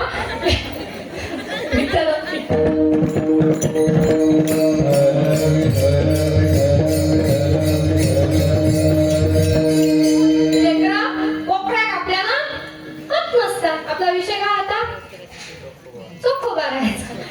चोखोबारायची पत्नी जी होती त्याच्यावर वाढला आपला विषय. बरं चोखोबारायची पत्नी जी होती ती आपल्या सासऱ्याला गरम जीव घालत होती. जीव घालत होती. मग एक दिवस चोखोबारायांच्या पत्नीने सोयराबाईंनी वाढून दिला आपल्या सासऱ्याला आणि जेवले. ते जेवल्यानंतर आंघोळ गिंगोड घातली आणि वाढून दिलं. जेवण झालं त्यांचं. जेवण झाल्यानंतर दुपारी जेव्हा चोखोबारा घरी आले तेव्हा चोखोबारा यांना रानोबारा म्हणतात की बाळा माझं एक काम करशील काय. पोरा माझं एक काम करशील का. असं मला एवढी स्टँडर्ड भाषा नाही जेवण. तर मग ते म्हणाले की माझं एक काम कर मला आंघोळ घाल. काय घाल आंघोळ घाल. ते म्हणत की बाबा सकाळीच तर तुम्हाला आंघोळ घातली. आता डबल. आता आपल्याला काय वाटते म्हातारा माणूस आहे आठवण नाही राहत आहे का काही जणी समोर असे असतेच ना. ते वयामानानुसार राहत नाही माणसाला. तर मग ते म्हणाल मला आंघोळ का बाबा सकाळीच तर घातली तुम्हाला आंघोळ. आता परत काय सांगू लेकरा शरीराने अपमान केला. का केला शरीराने अपमान केला म्हणत. तर त्यांना म्हणजे त्यांचं पितांबर भरला होता खरं. तर ते म्हणाले की लेकरा मला आंघोळ घालायची. तर म्हणजे ठीक आहे बाबा घालतो ना. तर चोखोबारांनी त्यांना असं उचलून घेतलं. मुलगा होता तो आजकालच्या काळासारखा नव्हता. तरुण ऐकून घ्या आजकालच्या याच्यासारखा नव्हता. तो मुलगा होता रानोबारायांचा निष्ठावंत वारकऱ्याचा. तर चोखोबारायांची खरी गंमत सांग काय होते. गंमत नाही त्यांचा चमत्कार म्हणावा लागेल की चोखोबाराय वारल्यानंतर त्यांच्या ज्या अस्त्या होत्या त्याच्यातून विठ्ठल विठ्ठल नाव यायचं. एवढा चोखोबारायांचा अधिकार होता. चोखोबारायांच्या जेव्हा अस्त्या चोखोबारे जेव्हा वारले ना भीत पडली त्यांच्या अंगावर आणि ते वारले. तेव्हा पंढरपूरचे मालक रडत होते की माझा चोखा वारला. तेव्हा रुक्मिणी माता म्हणतात, का रडताय तुम्ही? थांब रुक्मिणी, सांगतो तुला का रडतोय. तेव्हा पंढरपूरच्या मालकांनी नारदांना पाठवून त्यांच्या अस्त्या आणायला सांगितल्या आणि ते रुक्मिणी मातेच्या कानाला लावल्या. तेव्हा रुक्मिणी माता रडल्या की याच्यातून विठ्ठल विठ्ठल नाव येते. चोखोबायांच्या अस्थितून चालता माणूस आता म्हणत नाही विठ्ठल विठ्ठल, त्यांच्या अस्थितून नाव आवाज येत होता विठ्ठल विठ्ठल म्हणून. एवढा अधिकार होता. ते चोखोबार होते. चोखोबारांनी घेतलं आपल्या वडिलांना हातावर आणि आंघोळ करायला नेलं. चोखोबारांनी जेव्हा आंघोळ करायला आपल्या पित्याला नेलं, उभं केलं. मग आता खरं सांगा, हात किती? आता नाही करणार. आता किती? वर करा हात. जे आहेत ते वर करा. आता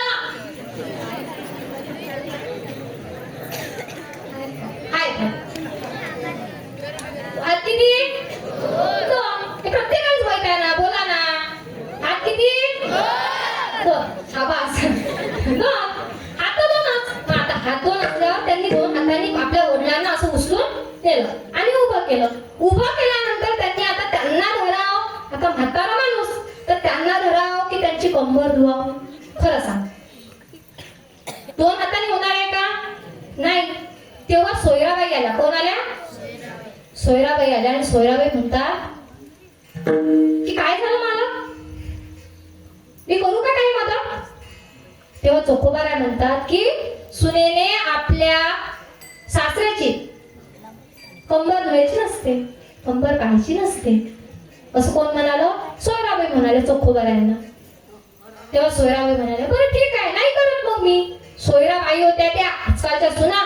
अरे वासा लागत्या, म्हणजे त्यांचं ताप जरी नसते, आंघोळ नसते करत, तर त्यांनी नेल्या घरातून काढून द्या. एक तर मी घरातून चालली जातो, असं बायचं आहे ना?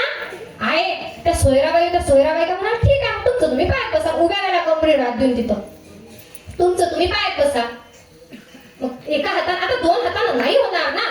तेव्हा म्हणा, का तुम्ही हट्ट करताय? करू द्या ना मला. मी त्यांना आता माझे आई वडील वारले. सोयराबाईचे आई वडील वारले होते तेव्हा, आणि चोखोबारांची आई वारली होती. फक्त त्यांना कोण होता? बाबा.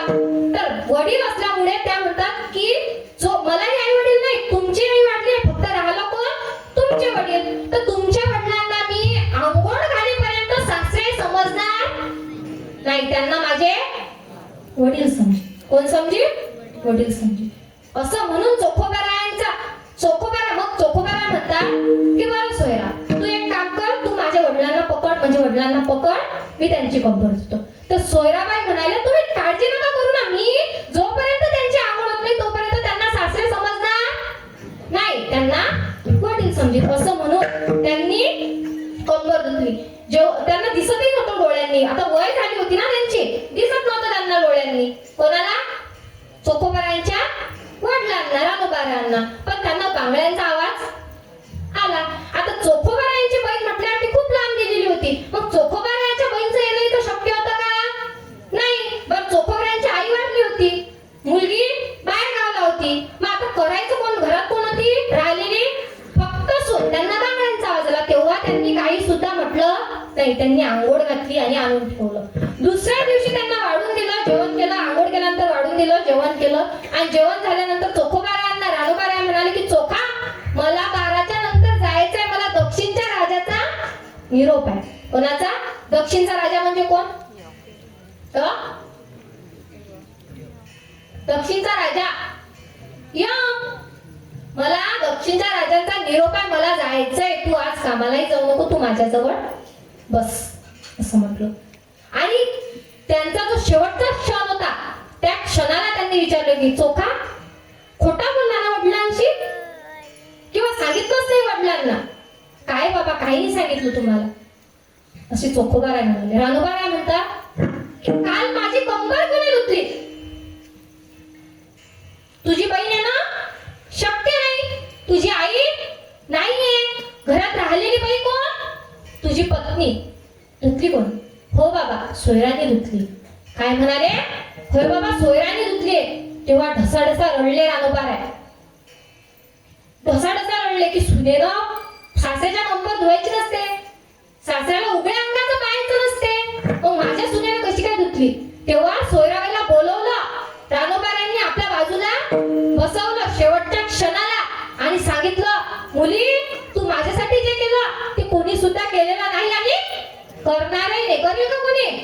नाही करणार. स्वतः माना आलो तर तुम्ही नाही करणार. तुम्ही वाढून देत ना त्यांची कंबर धुवायला रिकाम्यात का तुम्ही? रिकाम्या जरी असल्या तर हट म्हणणार, मी दूध म्हणणार ना तुम्ही, म्हणसालच. त्या चोखोबाई पत्नी होत्या तर त्यांनी त्यांची कंबर धुतल्यानंतर ते म्हणतात, सोयरा तू माझी कंबर धुतलीस. रडत होते त्यांच्यापेक्षा, डोसा रडले आणि शेवटच्या क्षणाला देवाला एवढंच म्हटलं की देवा, मुलगी म्हणून माझ्या सुनेने माझी कंबर धुतली. माझी सून जेव्हा बाळंतीण होईल ना तेव्हा माझ्या सुनीचे लुगडे धुण्याकरता, माझ्या सुनीचे जे बाळंतीण धुण्याकरता तुला यावं लागेल. ही ताकद होती वारकऱ्यात. कोणा ताकद? जेव्हा शेवटच्या क्षणाला रानोबार यांनी म्हटलं की माझ्या सुनीचे बाळंतीण धुवायला तुम्हाला यावं लागेल, तेव्हा आले ते कोण? भगवान स्वतः, पंढरीचा पांडुरंग परमात्मा तेव्हा कपडे धुण्याकरता. सोपं नाहीये महाराज. सोपं आहे का? नाही, सोपंच नाहीये ना. देवाला बोलवणं एवढी ताकद, अरे कोणातच नाही एवढी ताकद. ते संतात ताकद होती. कोणात होती? संतात ताकद होती. आणि ते संतात ताकद होती का मुळे? तर ते वारी करायचे, ते एकादश धरायचे. आजकालचे एकादशचा दिवसही पाहत नाही. मंगळवार नाही, बुधवार तर जाऊ दे, मंगळवार नाही, शनिवार नाही, सोमवार नाही, आहेच ना. आहे का? आहेच ना. खरी गोष्ट आहे, आहेच ना. पाहत नाही आपण दिवस. ते निष्ठावंत वारकरी होते पंढरपूरचे. चोखोबारायांना मुलगा झाला कर्ममेळा. तर कर्ममेळा जेव्हा झाला ना तो पोटात होता बरोबर, शक्य नाहीये हे पण, पोटात होता बरोबर विठ्ठल विठ्ठल म्हणत होता तो चोखोबारायांचा मुलगा. एवढी ताकद होती वारकऱ्याची ताकद आहे. तुम्ही बोलवा ना, भीम आहे ना, भीम. भीम कोण? छोटा भीम नाही, छोटा भीम नाही. कोण भीम? महाभारतातला भीम जो आहे ना. तेव्हा पाची पांडव जेवण करायला बसल्यानंतर द्रौपदी म्हणाली की तुम्ही जेवण करू नका, माझ्या भावाला येऊ द्या. भाऊ म्हणजे कोण? महाभारत पाहिलं नाही का तुम्ही? कृष्ण. माझ्या भावाला येऊ द्या, नंतर जेवण करा. पांडवांना भूक लागली होती, पांडव थांबू शकत नव्हते, राहत नव्हतं त्यांच्या की बा थांबणं आता शक्य नाही माझ्या, आम्हाला जेवण करू दे. नाही, माझ्या भावाला आल्याशिवाय जेवायचं नाही. आता देवाला बोलवणं सोपं आहे काय? आहे का? बोलावर देवाला सर्व मिळून बोला, एकही जण नाही, सर्व मिळून बोला. येते का देव? नाही येणार. मग देवाला बोलायचं म्हटल्यावर डोकं पाहिजे. मग सर्वांना म्हटलं की देव येईल कसा? युधिष्ठिर म्हणाला की देव येईल तरी कसा येईल, त्याचं काही रिकाम पण असेल. आता त्यांच्या सोबत राहायचे कृष्णदेव. येईल का असं त्यांचं चालू होतं. पण मग तोपर्यंत द्रौपदी जेवण करू द्यायची नव्हतीच. मला बोलवायचं तर होतं. सर्वांना म्हटलं, राहायला कोण? भीम. सर्वांना म्हटलं, कृष्णाला म्हटलं, आपल्या अर्जुनाला म्हटलं, युधिष्ठिरला म्हटलं, नकुलला म्हटलं, सहदेवाला म्हटलं, राहायला कोण? भीम. भीमाला म्हणायचीच ताकद नव्हती ना. भीमाचा जेव्हा जन्म झाला ना, भीम ज्या दगडावर पडले तो दगड फुटला, पण भीमाला काही नाही झालं. भीमाला ताकदच नव्हती ना. भीमाचा गदा माहिती, गदा पृथ्वीचं दर्शन करून खाली आलता. भीमाचा गदा, एवढी ताकद होती त्यांच्या. तर भीमाला म्हणायची ताकद नव्हती. अर्जुन म्हणाला तू भीमाला म्हणूही नको. कोणाला म्हणाला? नकुलला म्हणाला की भीमाला म्हणू नको, भीमा ऐकणार नाही, त्याच्याने देव येणार नाही. भीमाची जीवार आली. भीमानं आपला गदा घेतला वर फेकला. जोपर्यंत देव येणार नाही आणि माझा गदा झेलणार नाही मग माझं काय नको, असं करून देवाला बोलवलं. तर कृष्ण देवाला पळत यावंच लागलं, असं बोलावं लागतं. काय तर मग त्यांना माहित होती ना आपली तेवढी ताकद आहे, आपण तेवढी भक्ती केली, आपली तेवढी निष्ठा आहे देवावर की देव आपल्याला वाचवायला येईल. तुम्ही दगड फेकावा तर ऐकायलाच लागेल, तो वाचवायला कोण येणार? भक्तीच नाही ना महाराज. आहे का? नाहीये. फेकायला नाही का? तेच नाही बरं, अंदाजे तुम्ही रुमालच फेकून पहा की देवाला झेलारी हा पडला तर माझ्या मस्तकात पडेल. मनावर येते का देव? येते का? नाही येत. तेवढी ताकद पाहिजे. कोणाची? आपली, आपल्या भक्तीची. वारकऱ्यांची खूप मोठी ताकद आहे, पण आपण उपयोग नाही ना करत त्याचा. आपला देह कशासाठी दिलाय? तर फक्त भजन करण्यासाठी. हा जो कलियुग आहे, त्या कलियुगामध्ये माहिती का काय सांगितलंय? आता तर फक्त सुरुवात झाली आहे कलियुगाची. कलियुगात फार मोठा दुष्काळ म्हणावा लागेल असं येणार. कलियुगात असं सांगितलंय, कलियुगात सांगितलंय की बा 5 वर्षाची कन्या ही घरदार मागेल, 6 वर्षाची कन्या गर्भीत राहील. एक सत्य आहे. सत्य कलियुगाची सुरुवात आहे. आपण नशिबात आहोत की आपण सुरुवातीला जन्माला आहोत, शेवटला नाही, बहीण भावाचं लग्न होईल, बाया घर सोडून घरोघरी भटकते आणि राहिला प्रश्न तर 5 वर्षाची कन्या घरदार मागेल आणि 6 वर्षाची कन्या गर्भी म्हणून 20व्या वर्षात खलास. नाही, हसायची गोष्टच नाही. कलयुग आहे, सुरुवात आहे फक्त कलयुगाची. आणि हे मी नाही, 700-800 वर्षापूर्वी संतांनी लिहून ठेवलं. मी बोलायचं माझ्याकडे हेच नाही ना, काहीच नाही, मी काहीच नाही. मी सध्या पाऊल टाकलंय वारकरी संप्रदाय. वारकरी संप्रदायाचा जो संतांचा अधिकार होता त्यांनी लिहून ठेवलाय. काय लिहून ठेवलंय की असं घडण्याचं आहे. 5 वर्षाची कन्या नाही लग्नाला तर असली तर मग मन जा. आता असं काय नाही, 15-16 वर्षाची मुलगी पाहून जाते तर बापाला खबर नसते. असते काय? नसतेच ना. तो कलयुग आहे, कलयुग. आता कुठंतरी ते इंस्टाग्रामवर खूप व्हायरल आहे की 9 वर्षाच्या मुलीला बाळ झालं, माहितीये ना? आहे ना? खरी म्हटलं आहे मी, कलयुगाची सुरुवात झालेली आहे. आपण फार नशीबवान आहोत की आपण आधी जन्माला आलो, आपण नंतर जन्माला आलेलो नाही. खूप कठीण आहे महाराज, खूप सांभाळून राहावं लागतं. त्यासाठी हा जन्म आपल्याला भजन करण्याकरता दिलाय, देवाची प्राप्ती करण्याकरता दिलाय. हा कलयुगच असा आहे की फक्त नाम स्मरणाने देवाची प्राप्ती होते. नाही तर सत्ययुग, त्रेतायुग, द्वापारयुगात एवढं सोपं नव्हतं. खूप तप करावं लागत होते, खूप ऋषींना तप करावं लागत होते. त्यासाठी कशासाठी? देव प्रसन्न होण्यासाठी. आता फक्त याच्यातच ताकद आहे. कशात? ते जपाची मशीनही भेटते, म्हटलं मशीन, काउंटिंग मशीन. ते घ्या ना, दाबत बसा ना दिवसभर. काय धंदा आहे? आता म्हातारा काय, तुम्हाला जर सुन्या धंदा करायला लावत असतील ते वेगळी गोष्ट आहे. नाहीच ना, मग तुम्हाला सुनील धंदा केला, तुम्हाला धंदा आहे काही? मशीन नाही, माळ घ्या ना, जपा ना. जाडीच कशाला पाहिजे, बारकीच जपा, जास्त जप होते. अरे हाच असा कलयुग आहे की याच्यात देवाची प्राप्ती फक्त आणि फक्त कशाने? नाम जपाने. करा ना नाम जप. हा जन्मच त्यासाठी दिलाय. देवे दिला देहा,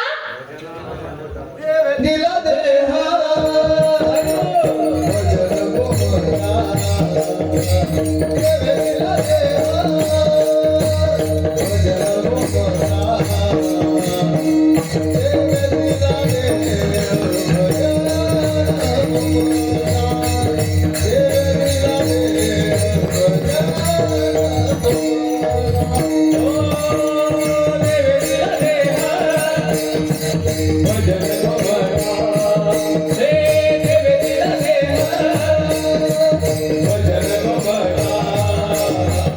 दिला देह भजन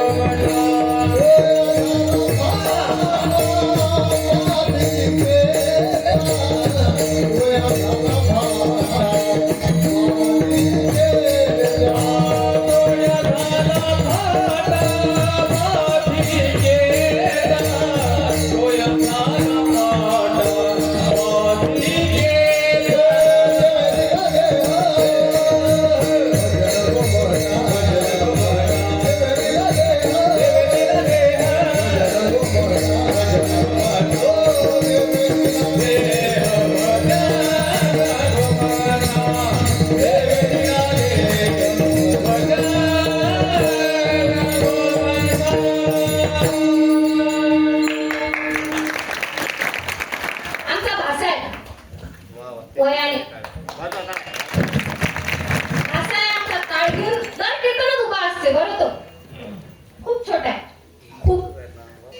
त्याची म्हणजे माझ्या भावाची इच्छा आहे अशी की त्याला संस्थेत टाकायचं बा. किती वयाच्या? 5व्या वर्षी, अजून लहान आहे. म्हणजे अजूनही काळ घेऊन उभा आहे. म्हणजे कौतुक आमचं नाही, पण लहान लेकरू आहे, समजत नाही अजून त्याला काहीच, तरी सुद्धा तो उभा असते, कीर्तनात उभा असते.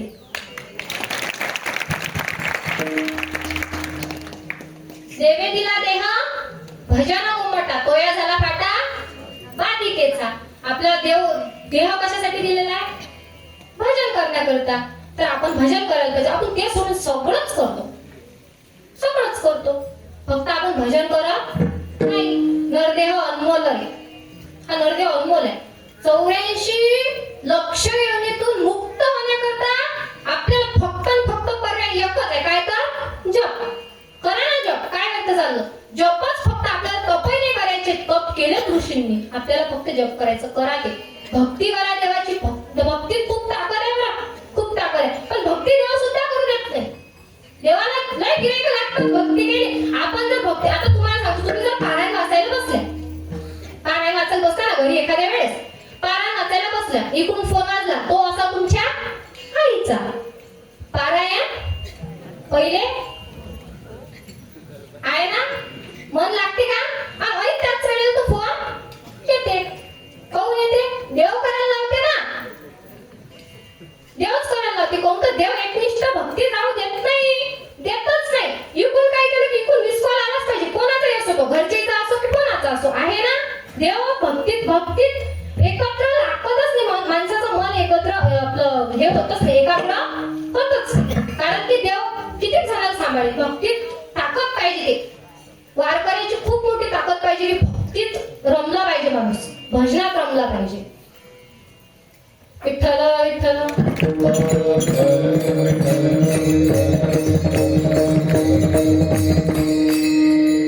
तुकोबाराय म्हणतात की वारी केली म्हणून एवढी निष्ठा लागली, म्हणून मला पंढरीचा वारकरी असं व्हायचं. हे अभंगाच्या दुसऱ्याच्या पंढरीचा वारकरी, पंढरीचा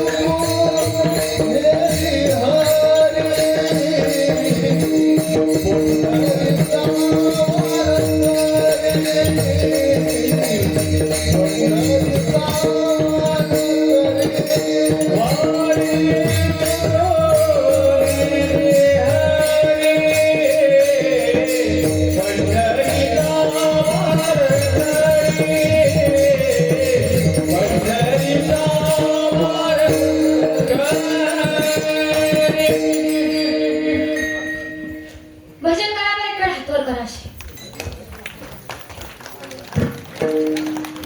काय नाही, फक्त हातवर करा.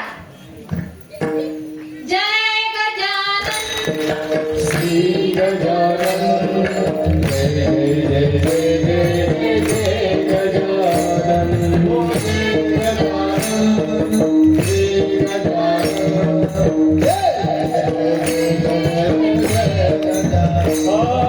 जय गजानन श्री गजानन जय गजानन श्री गौरीवासी गुरु गजानन जय गजानन श्री गजानन जय गजानन श्री